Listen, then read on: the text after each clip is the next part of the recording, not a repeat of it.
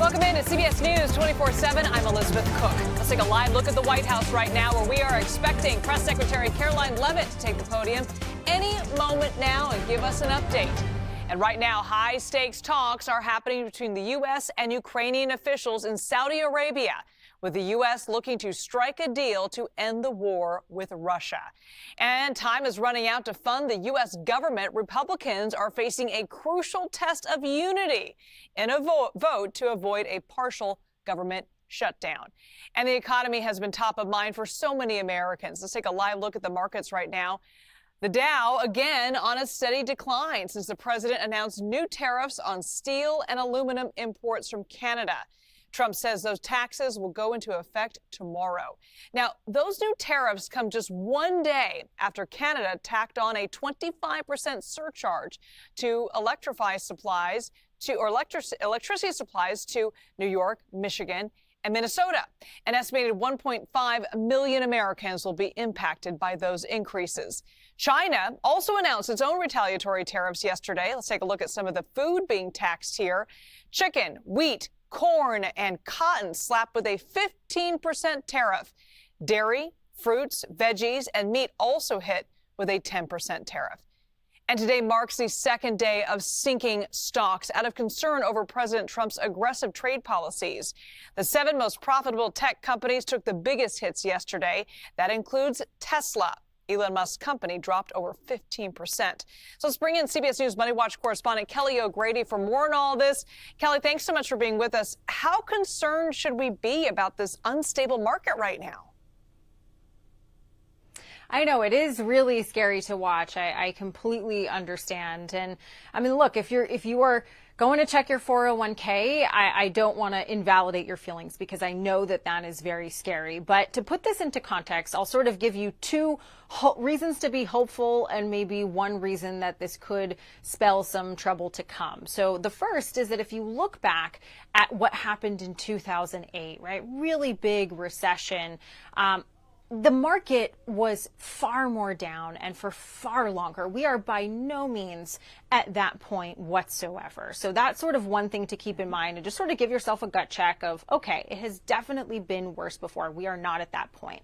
The second thing is we have seen a run up the last few months in the market where people were trading on hopes and expectations of what the Trump administration would be. And in fact, if you go back the last couple of years, a lot of analysts, specifically the tech stocks, the Magnificent Seven, the Nvidias, the Apples, those big tech giants, a lot of people were saying they were overvalued. They were a term we like to call overbought in investing. And so some people are saying, well, we were always going to come back to reality at some point and really base that value and the stock price more on performance rather than hopes and dreams. And so we could see some of that happening here, and it was just this chaos around tariffs being the catalyst for it.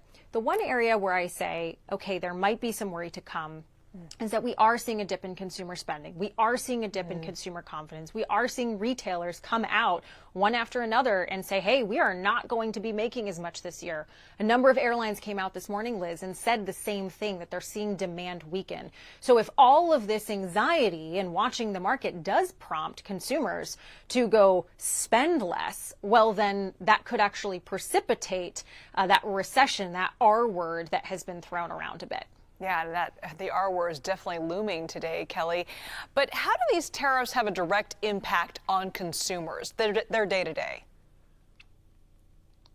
Okay, so when a company imports aluminum and steel and then sells it maybe to the person building your home, well, they're going to probably pass at least some of that on to you. So industries that are going to really feel the pain from these tariffs are home building, cars, right? I mean, what's a big component going into your vehicle? I don't care what company you're buying it from. And then also some other things like aluminum cans. I mean, what does your favorite soda or maybe your beer come in, right?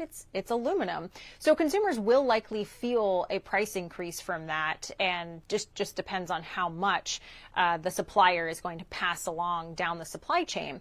The other thing is a lot of businesses are going to see increased costs, and there's such a focus on bringing manufacturing here to the U.S. but manufacturers have to use aluminum and steel. And in fact, I talked to one, Liz, recently. He said that's going to kill him. He's so excited about the boom in manufacturing he's expecting, but those increased costs on aluminum and steel with those tariffs could really hurt his bottom line. I want to ask you, Kelly, about another social media post from the president last night. He says that he's going to buy a brand new Tesla today as a show of confidence and support for Elon Musk. All right, buying a car in the large scheme of things is sort of a small drop in the bucket, but could this be considered manipulating the market? Well, look, I think you're going to find some critics who might go so far as to say that. From where I'm standing, that would be a very, very, very big stretch. And in fact, I will read you the SEC's definition of market manipulation. It is intentional conduct designed to deceive investors by controlling or artificially affecting the market for a security, or in other words, a stock. What the president is doing here would not qualify under that definition. So like I said, I think you might see some critics and maybe some other car companies saying, hey, I'd love for you to say that about my brand. But I don't think that this could be considered market manipulation with just this one pledge to buy a car. All right, Kelly O'Grady, thanks so much for that. All right, let's take you now to the White House, where CBS News reporter Olivia Rinaldi joins us with more on these tariffs. Olivia, we understand the Ontario Premier, Doug Ford, and Trump have been exchanging these verbal blows this morning about these surcharges. Can you walk us through what they're saying? Yeah, Liz, good morning. This trade war is deepening and it is getting uglier between the two countries. As Kelly just mentioned, there is now a larger tariff on steel and aluminum coming into the U.S. Trump just announcing hours ago that that is jumping from 25% to 50%, and it's going into effect tomorrow. Now, this is in response to a tariff on electricity that the Ontario province is putting on to U.S. products, or not U.S. products, but rather Canadian products that get imported into the U.S. as a result of these increasing tariffs. And I do want to point out that Canada is a top supplier of steel to the U.S., so Trump is trying to hit them where it hurts, essentially. And he called out in a Truth Social post saying, why would our country ever allow another country to supply us with electricity, even for a small area? Who made these decisions and why?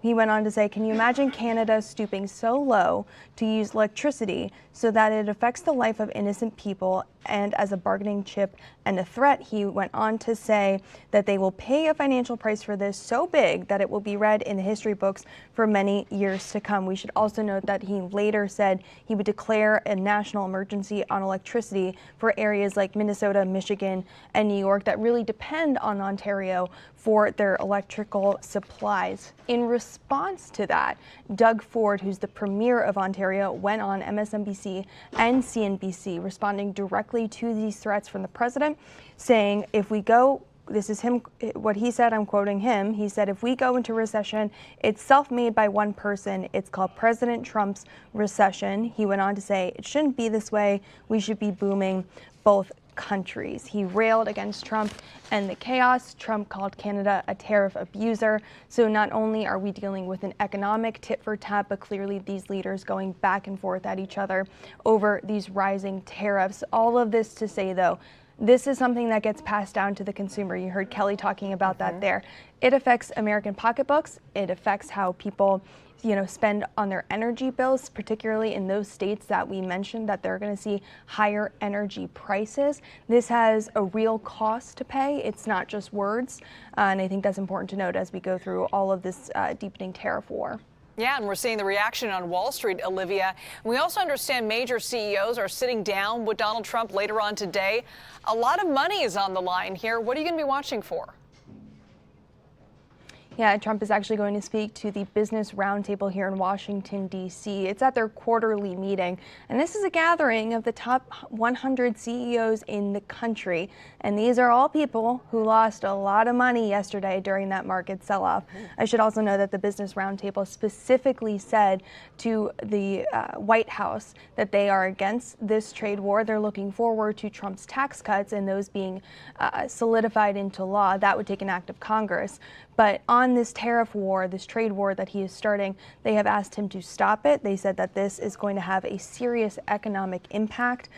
They said that the White House and Congress should preserve the benefits of the USMCA deal that they endorsed years ago when Trump made it. So he'll be speaking to them later today. I should note that those remarks will be covered by the press. So we should get a readout on specifically what Trump said to these CEOs. But he'll be talking with the heads of Apple, JP Morgan Chase, Walmart. They'll all be in the room, and they all lost a lot of money yesterday. And some of those people were at his inauguration, so it'll be interesting to see what comes out of that meeting.